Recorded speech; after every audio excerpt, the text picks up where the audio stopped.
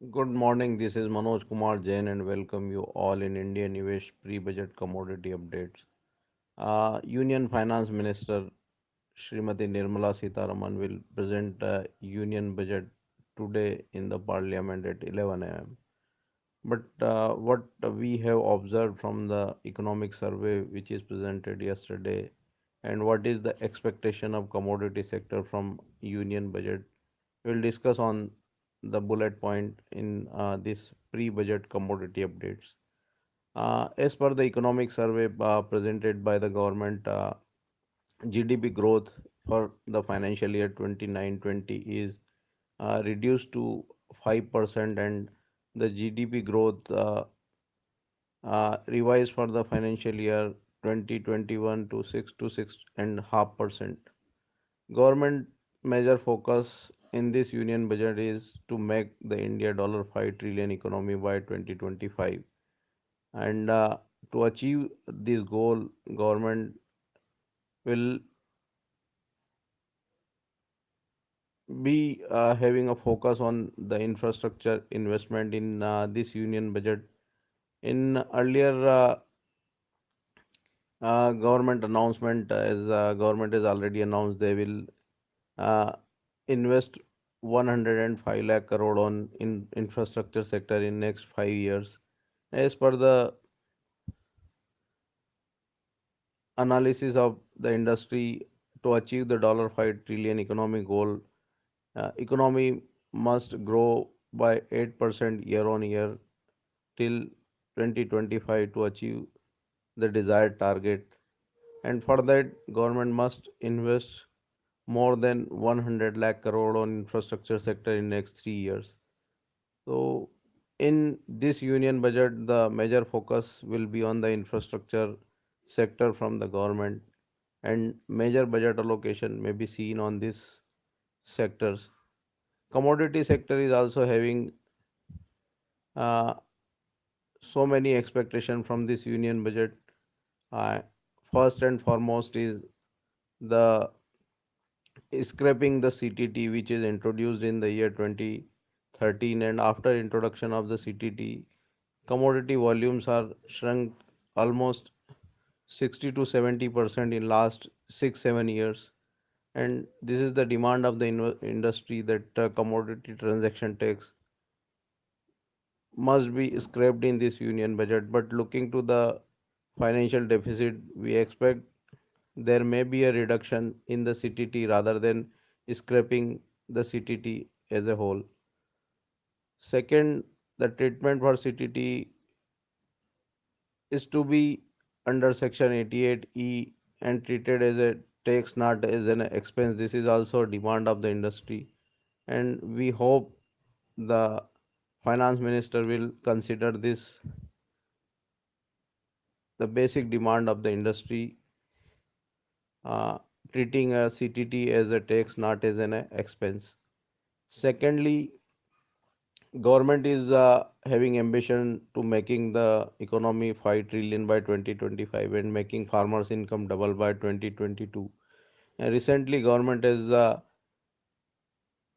restricted the refined palm oil from the Malaysia, and the demand of the people for reducing import duty on edible oil is also denied by the government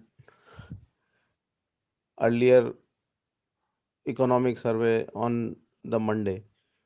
But to making the farmers' income double by 2022 and achieving self-sufficient in edible oil sector, we expect the rather than reducing the duty on edible oils, government must think on the increasing at least 5% duty on edible oils to support the domestic edible oil industry and farmers to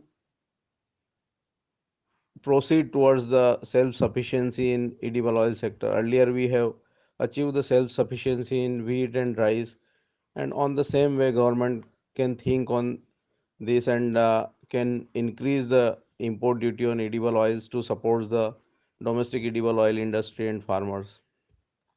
Secondly, government can also be having thrust on budget allocation on ENAM as maximum uh, agriculture market is to be converted into electronic national agriculture market, and 585 mandis are already converted into e-name platform, and government will allocate more budget to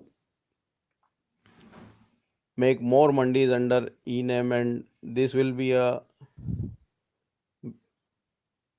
landmark decision from the government to allocate budget on e-name, because farmers will be get benefited from this move, and middlemen from the farmers and the processor and industry will be removed through e-name. So there may be a budget allocation for e-name in this union budget also.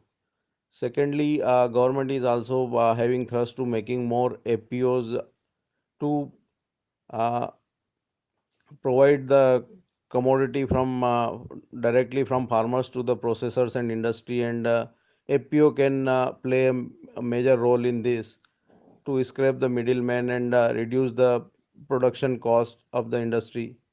Government is also having a proposal to make at least 10,000 APOs in next 3 years, and there may be a budget allocation between 7 to 10,000 crores in this union budget for APOs to increase the farm productivity and achieving self-sufficiency in edible oil sector. Much investment is also needed on agriculture infrastructure sector, and there may be a budget allocation on agriculture infrastructure in to make the farmers income double by 2022.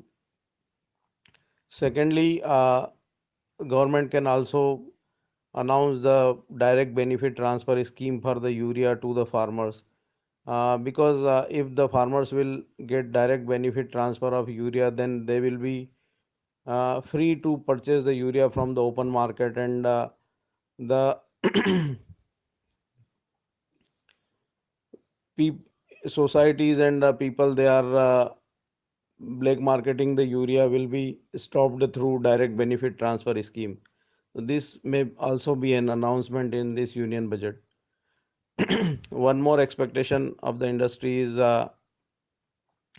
to uh, government have to give maximum money to the rural sector, and the budget allocation on Manrega and Kisan Samman Nidhi can continue in this union budget, and the budget allocation of Manrega is expected to be increased in this union budget, because economy is in stress from last 2 3 years, and the major reason behind it is the lower rural consumption. To increase the rural consumption, government can allocate more budget on the Manrega and Kisan Samman Nidhi to give the maximum money to the rural sector and to boost the rural consumption in next financial year. Uh, Commodity industry is also having demand to reduce the import duty on gold and silver from 12.5% to 10%. But as per the latest World Gold Council report, after increasing the import duty in last union budget, import of gold is reduced, and this saves the foreign exchange of the government. We expect the government will not reduce import duty on gold and silver in this union budget, and rather than reducing the import duty, government can also increase 1 to 1.5% import duty on gold and silver in this union budget to restrict the import and save the foreign exchange. And to boost the infrastructure sector, there may be a possibility government can increase the anti-dumping duty on the steel to uh, support the domestic steel industries. This is also a possibility. We will be having uh, ex- extra allocation on the Manrega and Kisan Samman Nidhi in this budget to boost the rural consumption and rural demand. Looking to the budget, volatility and currency markets are closed. So those are having foreign exchange risk can hedge their volatility, currency volatility through ICEX diamond contract in today's budget volatility. ICEX diamond contract and USD INR futures contracts are having highest correlation, and this can be help trader those are having foreign exchange exposure and can hedge their foreign exchange risk through ICEX diamond contract. Thank you.